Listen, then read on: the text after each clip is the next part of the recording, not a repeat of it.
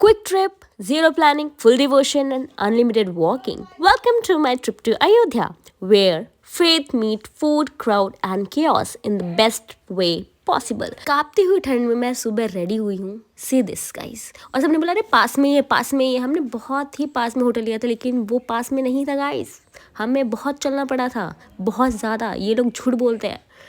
और फिर ये सारे खाने की चीज़ें थी, बट मैंने कहा नहीं नहीं, हम तो दर्शन करके ही खाएंगे, क्योंकि हम तो ब्राह्मण इंसान, हम बिना दर्शन के नाश्ता नहीं करते। तो हम चल पड़े थे अपनी राह में।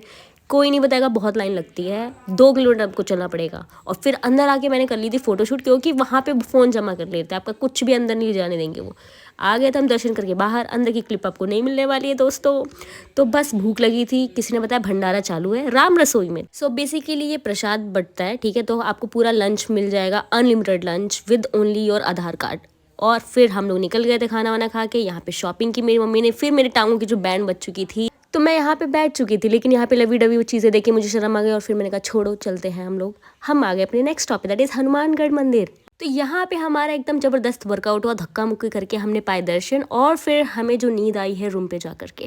शाम को हम निकल चुके थे सरजू जी की आरती देखने के लिए। Like the same way Banaras में आरती होती गंगा जी की, और अयोध्या में होती है सरयू नदी की आरती। I will recommend everybody to visit this, and ये आरती आप ज़रूर अटेंड करें।